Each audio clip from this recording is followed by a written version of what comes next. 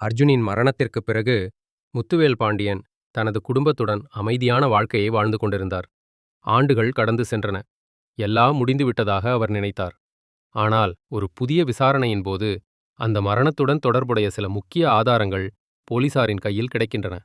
விசாரணை முன்னேறியபோது உண்மை மெதுவாக வெளிச்சத்திற்கு வருகிறது. அர்ஜுனை கொன்றது முத்துவேல் பாண்டியன்தான். சட்டத்தின் முன் ஆதாரங்கள் வலுவாக நிரூபிக்கப்பட்டதால் முத்துவேல் கைது செய்யப்படுகிறார். ஒரு காலத்தில் குற்றவாளிகளை வேட்டையாடிய மனிதன் இன்று குற்றவாளி கூண்டில் நிற்கிறார். நீதிமன்றம் அவருக்கு தண்டனை விதிக்கிறது. முத்துவேல் எதையும் மறுக்கவில்லை. அமைதியாக அந்த தண்டனையை ஏற்றுக்கொள்கிறார். சில நாட்களுக்குப் பிறகு அவர் மிக கடுமையான பாதுகாப்பு கொண்ட ஒரு சிறைக்கு மாற்றப்படுகிறார். வெளி உலகத்துடன் எந்த தொடர்பும் இல்லாத இரும்பு கோட்டையாக கருதப்படும் ஒரு சிறை. அங்கு வந்தபோது எல்லாமே சாதாரணமாக தோன்றியது. சிறை அதிகாரிகள், காவலர்கள், நூற்றுக்கணக்கான கைதிகள். ஆனால் நாட்கள் நகர நகர சில விஷயங்கள் முத்துவேலின் கவனத்திற்கு வரத் தொடங்குகின்றன. சில கைதிகளுக்கு அசாதாரணமான சுதந்திரம் வழங்கப்படுகிறது. சில காவலர்கள் கைதிகளின் உத்தரவுகளை பின்பற்றுகின்றனர். இந்த சிறைக்குள் ஏதோ சரியில்லை என்று முத்துவேலுக்கு சந்தேகம் ஏற்படுகிறது. அதே நேரத்தில் அவர் மீது தாக்குதல்களும் தொடங்குகின்றன. முதலில் சிறிய தாக்குதல்கள், பிறகு திட்டமிட்ட கொலை முயற்சிகள்.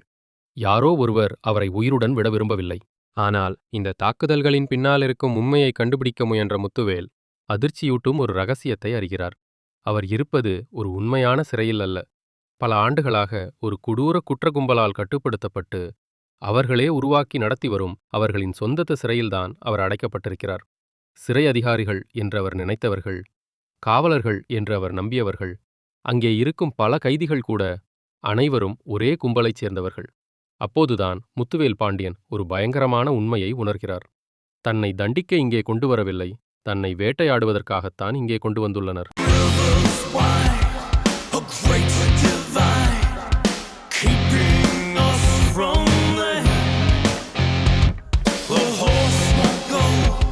The